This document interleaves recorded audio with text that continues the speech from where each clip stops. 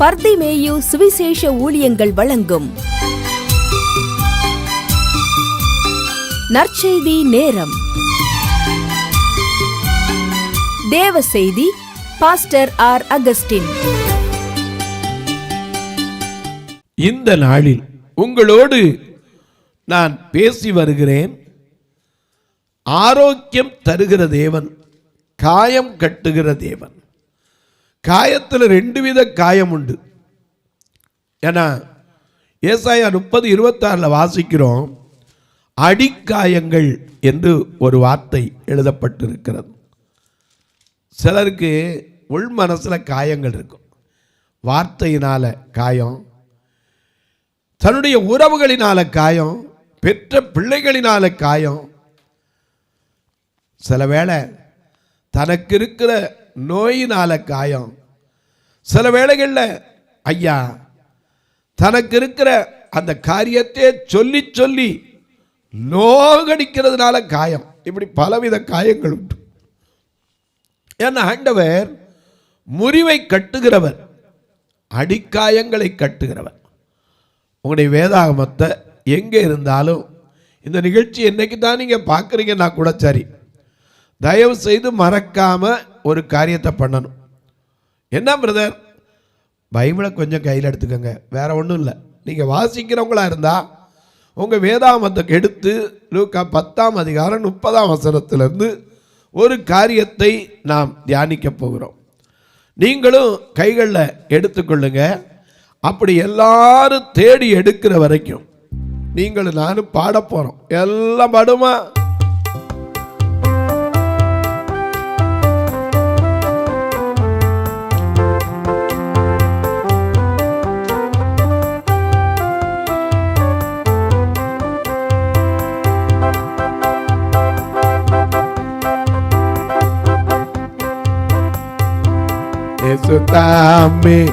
இயேசு தாமே அதிசய தெய்வம் என்றும் ஜீவிக்கிறார் நம் தேவன்.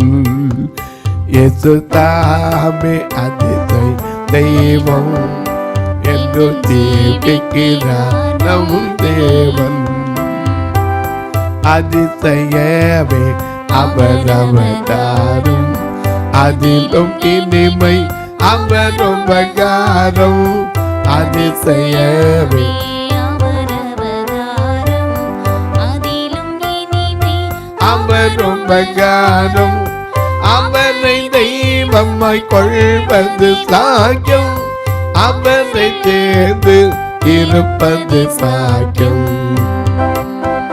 இயேசு தாமே, இயேசு தாமே, இயேசு தாமே அதிசய தெய்வம் என்று ஜீவிக்கிறார் நம் தேவன்.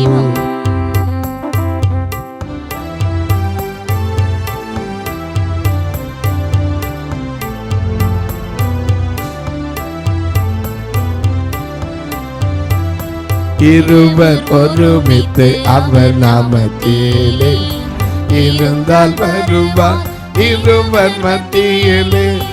இருவர் ஒருமித்து அவர் நாமத்திலே இருந்தால் வருவார் இருவர் மத்தியிலே. அந்த ரங்கத்தில் அழுது ஜெபித்தார், அவர் கரத்தால் முகம் தொட்டு துடைப்பார்.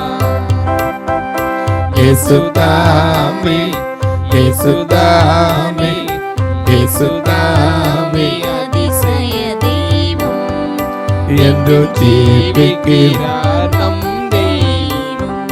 இயேசு தாமே அதிசய தெய்வம் என்று ஜீவிக்கிறார் நம் தெய்வம். எல்லாம் எடுத்துட்டீங்களா? இப்ப வாசிக்க சொல்லட்டுமா? வாசிக்க பார்க்கலாம். இயேசு பிரதியுத்தரமாக, ஒரு மனுஷன் எருசலேமிலிருந்து எரிகோவுக்கு போகையில், எருசலேமிலிருந்து எரிகோவுக்கு போகையில் கள்ளர் கையிலே அகப்பட்டான். அவர்கள் அவன் வஸ்திரங்களை உரிந்து கொண்டு. நல்லா கவனிங்க, கள்ள என்ன தூக்கி கொஞ்சிட்டா போவான்? ஏன்னா அவன் பேர என்னது? கள்ளன். கள்ளன் கையில் ஆகப்பட்டா அவன் என்ன இருக்கோ அதைத்தான் முடுங்குறதுக்கு என்ன செய்வான்? பாப்பா, அவன் வஸ்திரங்களை உரிந்து கொண்டு அவனை காயப்படுத்தி, அது மட்டுமல்ல, அவனை காயப்படுத்தி குற்றுயிராக விட்டு போனார்கள். குற்றுயிராய் விட்டு போனான். அப்பொழுது தற்செயலாய் ஒரு நல்ல ஆசாரியன், கவனிங்க, காயப்பட்டு கிடக்கிற மனுஷன் செத்து போல, எப்படி இருக்கிறான்? குத்துயிரும் கொலையுயிரும். அப்படின்னா என்ன அர்த்தம்? அவனுக்கு அந்த காரியம் தெரியுது, அங்கே இருக்கோங்கிறதுலாம். ஆனால் அவளால் எழுந்துதான் என்ன செய்ய முடியல, மூவ் பண்ண முடியல. ஏன்னா காயப்பட்டு விட்டான். இந்த காயத்தை கட்டுவதற்கு யார் இருக்கா? தற்செயலா ஒரு மனுஷன் அங்கிட்டு வரான். அப்படி வந்தவன் யாரு? ஆசாரி. அந்த வழியே வந்து அவனை கண்டு, அளவு அதான் முக்கியம். பார்க்காம போயிருந்தா ஐயோ காணாம போயிட்டானே பரவாயில்லங்களாம். இவனுக்கு தெரியுது, பார்க்கிறான். அவன் கிடக்கிற நிலையை பார்க்கிறான், காயப்பட்ட நிலையை பார்க்கிறான். அவன் அந்த காயத்திலிருந்து அந்த ரத்தம் வழிந்தோடுவதை பார்க்கிறான். அவன் குத்துயிருமாய் கொலையுருமாய் கிடக்கிறான், உதவி தேவைப்பட்ட நிலையில் இருக்கிறான் என்பதை அறிந்தவன் என்ன செய்யறான்? அதை பார்த்து கண்டும் பக்கமாய் விலகி போயிட்டான். சரி, ஒருத்தன் தான் இப்படி போனான். இன்னொருத்தனை பாருங்க. அந்தப்படியே ஒரு லேவியனும் அந்த இடத்துக்கு, அதே இடத்துக்கு வர்றான், அந்த வழியிலே வர்றான். அவனை கண்டு அவனும் பார்க்கிறான். ஆசாரியன் பார்த்தான், லேவியனும் பார்த்தான். ரெண்டு பேருக்குமே அவனுடைய நிலை தெரியுது. ஆனா அவன் ஒரு பக்கமா போயிட்டா, இவன் என்ன பண்ணிட்டான்? பக்கமாய் விலகி, இவனும் ஒரு பக்கமா விலகி போயிட்டான். ரெண்டு பேரும் தெரிஞ்சும் ஒரு உதவியும் பண்ணல. ஆனா ஒரு தன் வேலையா வந்த ஒரு மனுஷன், அவனுக்கு பேர் என்னது? நல்ல சமாரியன். நாம கூட பாடலாம் இல்லையா?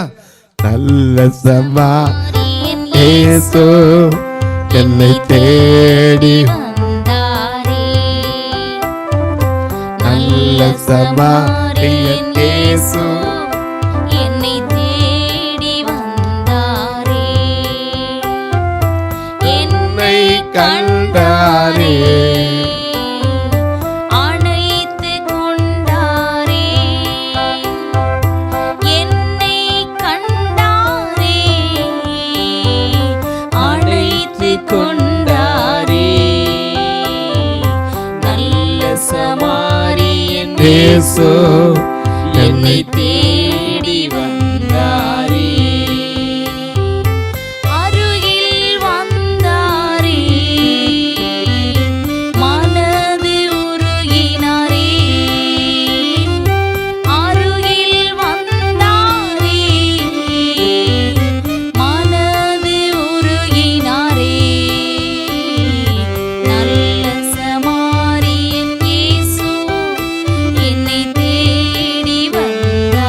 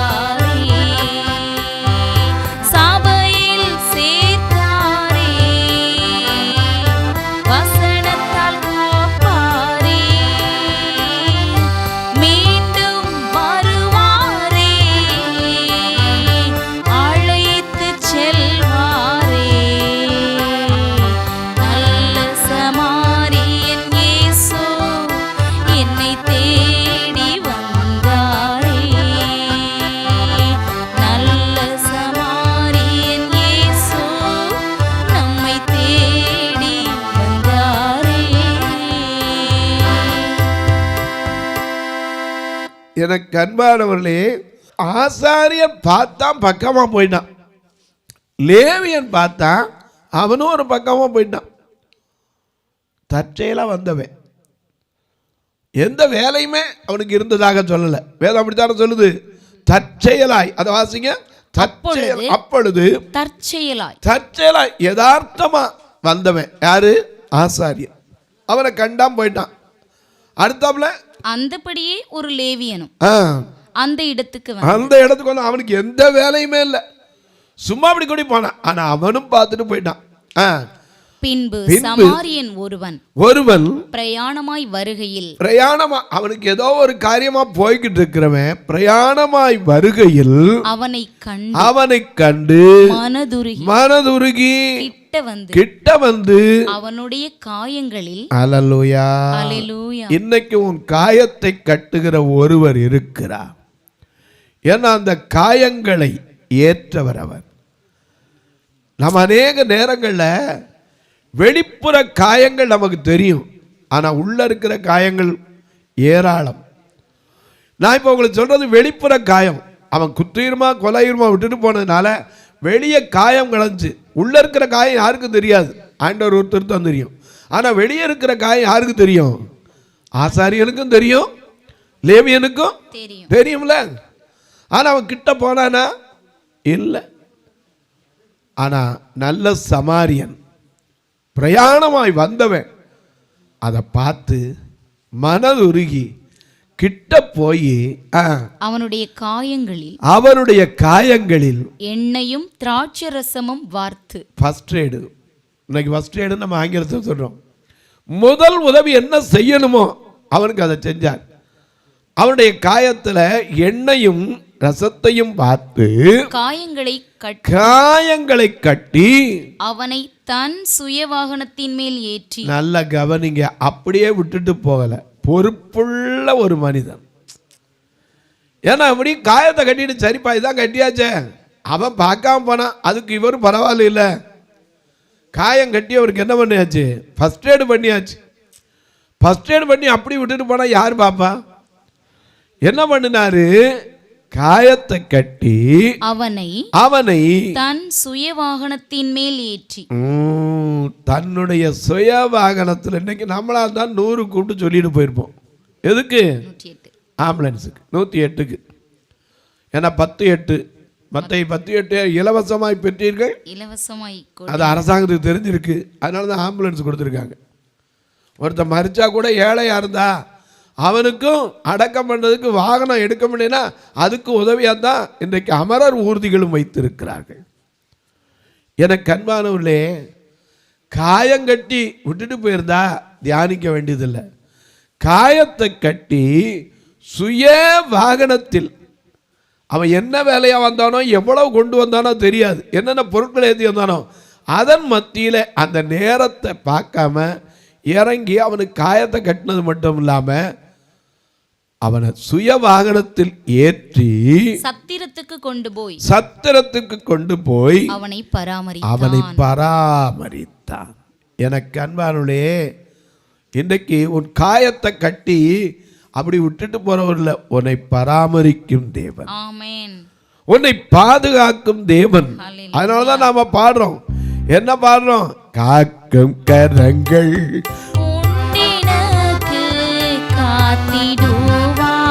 கிருபையாலே, காக்கும் கரங்கள் உண்டனக்கு காத்திடுவான் கிருபையாலே. அல்லேலூயா பாடி பாடி அலைகடலை நான் தாண்டிடுவேன். அல்லேலூயா பாடி பாடி அலைகளை நான் தாண்டிடுவேன்.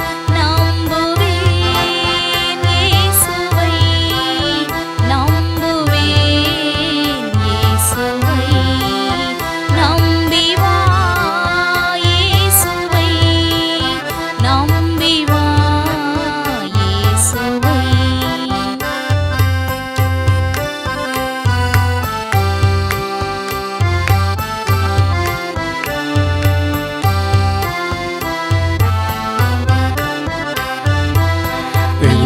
நிந்தனைகள் போராட்டம் வந்தோம். நீதியின் தேவன் தாங்கினாரே. நிந்தனைகள் போராட்டம் வந்தும் நீதியின் தேவன் தாங்கினாரே. நேசக்கோடி என்மேல் பறக்க நேசருக்காய் ஜீவித்திடுவேன். நேசக்கோடி என்னில் பறக்க நேசருக்காய் ஜீவித்திடுவேன். நம்புவேன் இயேசுவை, நம்புவேன். இயேசுவை நம்புவேன். இயேசுவை நம்புவேன். இயேசுவை. காக்கும் கரங்கள் உண்டு, உன்னை தூக்கி சுமக்கிற ஒரு நல்ல ஆமென். ஆண்டவர். ஹல்லேலூயா. ஆனால் அந்த தகப்பன் தன் பிள்ளைகளுக்கு இறங்குகிறது போல கர்த்தர் தமக்கு பயந்தவர்களுக்கு இறங்குகிறார். இறங்குகிறார்.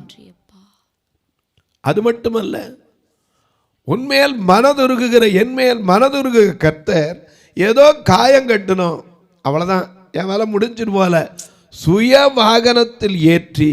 இன்னைக்கு எத்தனை பேர் தன்னுடைய சுய வாகனத்தில் ஒரு நோயாளியை ஏற்றுவோம்?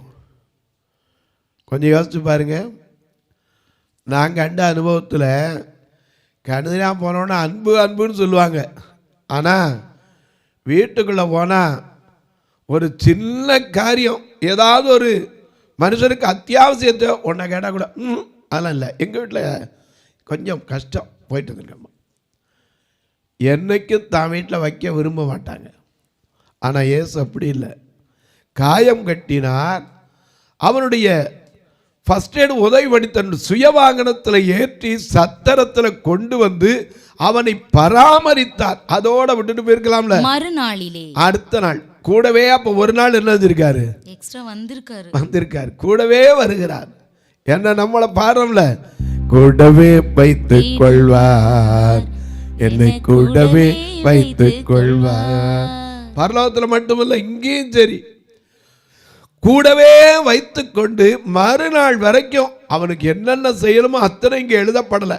ஏன்னா யோவான் சொன்னார்ல, இந்த புஸ்தகத்தில் செய்யப்படாத அநேக அற்புதங்களை இயேசு என்ன செய்தார், இதில் எழுதுனா கொள்ளாதுன்னார் யோவான் இல்லையா? அநேக அற்புதங்களை செய்தார், இந்த இதில் எழுதப்படலை. ஒரு நாள் முழுக்க அவனுக்கு என்னென்ன காரியம் செஞ்சிருப்பார் யோசிச்சு பாருங்க. தண்ணி வேண்டாம் மோந்து கொடுத்து, சாப்பாடு கொடுத்து, அவனை தூக்கிட்டு போய் அங்கே விடணுமா இங்கே விடணுமா, எல்லா காரியமும் செஞ்சுட்டு மறுநாளிலே தான் புறப்படும் போது, ஏன்னா அவர் வேலையா வந்தவர், ஒரு நாள் இவனுக்காக டிலே பண்ணி தூக்கி காயங்கட்டி சத்திரத்தில் கொண்டாந்து கூட இருந்து பொறுப்பா ஒப்படைச்சிட்டு போறாரு பாருங்க. மறுநாளிலே அவர் தன் வேலைக்கு புறப்படும் போது 2 பணத்தை எடுத்து, நல்லா கவனிங்க, 2 பணங்கிறது இப்ப நீங்க நினைக்கிற மாதிரி 2 ரூபா இல்லை. அந்த காலத்தில் வெள்ளி சேக்கல் என்று சொல்லப்படுகிறது. யோசேப்புக்கு மதிப்பு எவ்வளவு? 20 வெள்ளிக்காசு. இயேசு கிறிஸ்துக்கு மதிப்பு எவ்வளவு? 30 வெள்ளிக்காசு தான். சிம்சோனுக்கு மதிப்பு எவ்வளவு வச்சிருந்தாங்க? 1100. அடேங்க அப்பா. அதே போல நியாயாதிபதிகள் 19ஆம் அதிகாரத்தில் தன் மகனுக்காக கொடுத்த வெள்ளிக்காசு எத்தனை தெரியாதா? 1000 காசு சேர்த்து வச்சிருந்தா. 1000 வெள்ளி களவு போயிட்டேன்னு சொன்னான். உடனே அவன் சொன்னா, இதை எடுத்தவன் நான் தான், இந்தாம்மா என் காது கேட்க புலம்பி தள்ளிட்டிய இந்த அதுன்னு கொடுத்தான். அதில் 200 பணத்தை எடுத்து ஒரு சொரூபத்தை செய்வதற்கு என்ன செய்தா? கொடுத்தான். அவன் பையனுக்காக சேர்த்தது 1000, ஆனால் கொடுத்தது எவ்வளவு? 200 பணம். ஆமாம், இன்னைக்கு ஒவ்வொன்றுக்கும் பணம் இருக்கு. எனக்கு அன்பானவர்களே, இந்த உலகத்தில் ஏத்தின் புத்திரர் கையில் ஆபிரகாம் நிறுத்து கொடுத்து வாங்கின வெள்ளிக்கு கணக்கு இருக்கு இல்லையா? அவங்க சொன்னாங்க, சும்மா தாரையா நீர் எங்க பிரபு எடுத்துக்கோங்கண்ணா. ஆனால் அவர் கேட்கல. 400 வெள்ளி. எனக்கு அன்பானவர்களே, ஒவ்வொன்றுக்கும் கணக்கு இருக்கு. அதே மாதிரி நாகமான் ராஜாவுக்கு யூத ஜனத்தை அழிப்பதற்கு அவன் ராஜாவின் கையில கொடுப்பேன்னு சொன்ன, கஜானாவுக்கு அனுப்பேன்னு சொன்ன வெள்ளிக்கு கணக்கு இருக்கு. எத்தனை? நான் உனக்கு 10000 தாலந்து வெள்ளி. 10000 தாலந்து வெள்ளி. இப்படி இருக்கு, எல்லாத்துக்கும் கணக்கு இருக்கு. இங்கே 2 பணத்தை எடுத்தார். புறப்பட போகிற நேரம் இவன் எப்படியோ கொண்டாந்து சேர்த்தாச்சு. இதுவரைக்கும் என் கடமை முடிஞ்சிட்டு போகலை. கடைசி மட்டும் நாம் அடிக்கடி பாடுவோம், கண்டுன்னை அழைத்தவர் கரமதி. கண்டுன்னை அழைத்தவர் கரமதை பிடித்து கை விடாதிருப்பார். கண்டுன்னை அழைத்தவர் கரமதை பிடித்து கை விடாதிருப்பார். ஆண்டுகள் தோறும் ஆசீர்வதித்த அந்த ஆண்டவரை எண்ணிப்பார் எண்ணிப்பார் அந்த ஆசீர்வாதத்தை எண்ணிப்பார் அந்த ஆசீர்வாதத்தை எண்ணிப்பார்.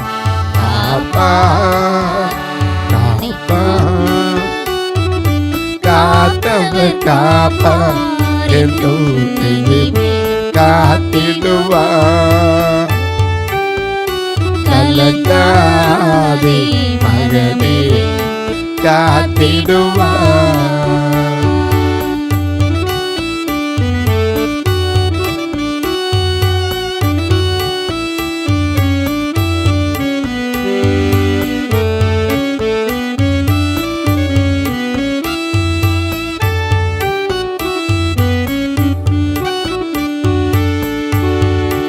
காப்பார். கண்டுன்னை அழைத்தவர் கரமதை பிடித்து கைவிடாமல் இருப்பார். கைவிடாத தேவன். ஏதோ சத்திரத்தில் கொண்டு போய் போட்டு போல 2 பணத்தை எடுத்து சத்திரக்காரன் கையில கொடுத்து ஒரு காரியத்தை சொல்றார். வாசிக்க பார்க்கலாம். நீ இவனை விசாரித்துக்கொள். நீ இவனை விசாரித்துக்கொள்ள என்ன அர்த்தம்? பராமரித்துக்கொள். அவனுக்கு என்னென்ன தேவையோ அதெல்லாம் செய். ஒருவேளை செலவு கூடி போச்சுன்னு வச்சுக்கோ, யார்கிட்ட கேட்போங்கிற பயம் வேண்டாம். ஏன்னா அதுக்கும் நான் பொறுப்புங்கிறார். சொல்றாரு பாருங்க, 2 பணத்தை அவன் கையில் எடுத்து கொடுத்து நீ இவனை விசாரித்துக்கொள். அதிகமாய் ஏதாயிலும் இவனுக்காக செலவழித்தா, இவனுக்காக நீ ஏதாயிலும் அதிகமா செலவழிச்சா நான் திரும்பி வரும் நீ நஷ்டப்பட வேண்டாம், அதையும் நான் கொடுக்கிறேன். நமக்காக கடன் படுகிற ஆண்டவர். எத்தனையோ நம்ம மனுஷருக்காக கடன் பட்டிருக்கோம். ஆண்டவர் நமக்காக கடன் படுகிறவராயிருக்கிறார். உன்னை ஆரோக்கியப்படுத்துகிறவர் மட்டுமல்ல, உன் காயத்தை கட்டுகிறவர் மட்டுமல்ல, உன் கண்ணீரை துடைக்கிறவர் மட்டுமல்ல, உனக்காக எனக்காக கடன் படுகிற ஆண்டவர். ஏன்னா கூடி செலவழிஞ்சா நான் திரும்ப வரும்போது தருகிறேன் கேரண்டி கொடுக்கிற ஆண்டவர். தொலைக்காட்சியில் பார்க்கிற என் அன்பு மக்களே, இந்த நிகழ்ச்சியை நாள்தோறும் பார்க்குறீங்க, கேட்குறீங்க, பரவசம் அடைகிறீங்க. நல்லது. கேட்குறதோட விட்டுறாதீங்க. ஒரு வார்த்தை ஜெபம் பண்ணுங்க. எதுக்கு? இந்த நிகழ்ச்சி தொடர்ந்து வருவதற்கு, தேவைகள் சந்திக்கப்படுவதற்கு. ஏன்னா ஒவ்வொரு நாளும் 4000 ரூபா கட்டணும். பண நெருக்கடினாலேயே இன்னைக்கு எத்தனையோ சேனல்களை நேரங்கள் கூட கொஞ்சம் குறையிற வாய்ப்பு இருக்குது. கர்த்தர் தான் அதை கேட்டு எழுப்பி தரணும். நீங்களும் ஜெபிங்க. ஏன்னா எங்கள் சபையோ 2 கண்ணும் தெரியாத மக்கள் நிரம்பின சபை. அதில் வர்ற காணிக்க கரண்ட் பில்லு கட்டக்கூட கொத்தாது. ஞாயிற்றுக்கிழமை வர்ற ஒருத்தரை கூட நான் சும்மா அனுப்புனால சாப்பிட வைக்காம, நீங்கள் உங்கள் பிறந்த நாள், திருமண நாள் போன்ற நல்ல நாட்களிலே இப்படிப்பட்ட ஒரு நாள் உணவு கொடுக்க, வாகனத்தில் அவங்களை எடுத்துகிட்டு வந்து கூட்டிகிட்டு போய் விடுறோமே அதுக்கு, இல்லை கர்த்தர் இன்னும் உங்களை ஆசீர்வதிச்சிருந்தா ஒரு வாகனத்தையே அந்த சபைக்காக கொடுக்கணும்னு கூட மனதில் இருந்தா நீங்களும் உதவலாம். ஆனால் கட்டாயம் இல்லை. வந்து பார்க்கலாமா பிரதர்? தாராளமாக. எத்தனையோ கட்டுமான பணி செய்யப்பட வேண்டியிருக்கு. பார்வையற்றவர் மரித்தா கூட சொந்தக்காரன் மனசார கை நீட்ட மாட்டான். எதுக்கு? அடக்கத்துக்கு. எப்போ ஒரு ஃபியூனரல் ஃபண்டு வச்சே இருக்கணும்.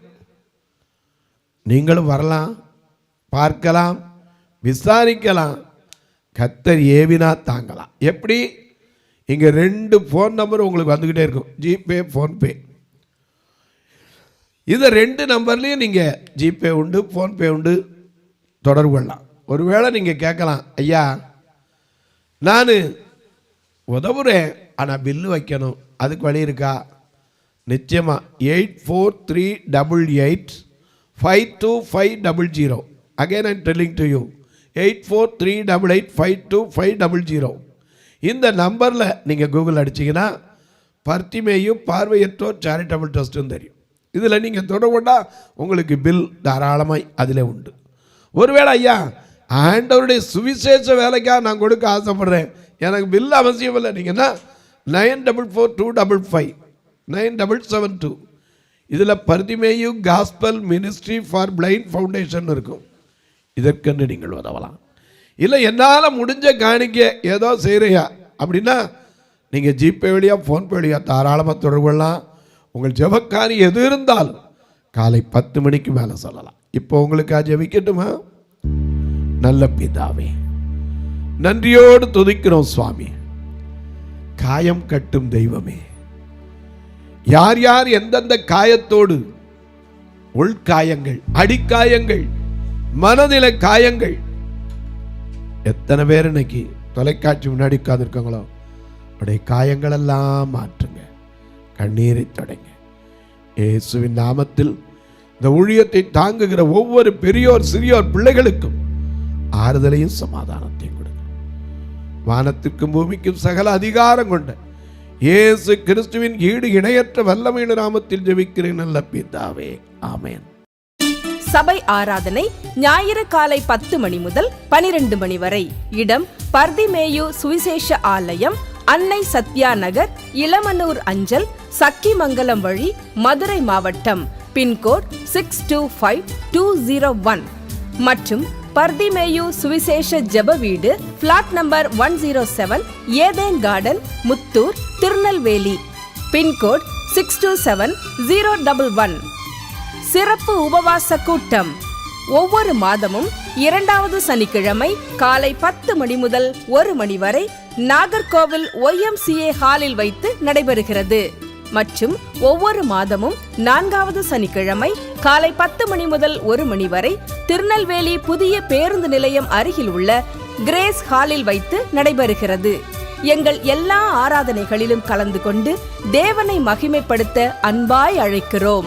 உங்கள் உதாரத்துவமான காணிக்கைகளினால் இவ்வூழியத்தை தாங்க விரும்பினால் R Augustine, account number 5021364331, IFSC code IDIB 000B066, Indian bank, BP Kulam, Madurai. GPay number 9842181917, BGM ministries மற்றும் 9442559772, பிளைண்ட் மினிஸ்ட்ரீஸ் அகஸ்டின். உங்கள் தொடர்புக்கு பாஸ்டர் ஆர் அகஸ்டின், பர்திமேயு சுவிசேஷ ஊழியங்கள், நாகமலை, புதுக்கோட்டை, மதுரை 625019. தொலைபேசி எண்கள் 9842181917 மற்றும் 9442559772. கர்த்தர் தாமே உங்களை ஆசீர்வதிப்பாராக.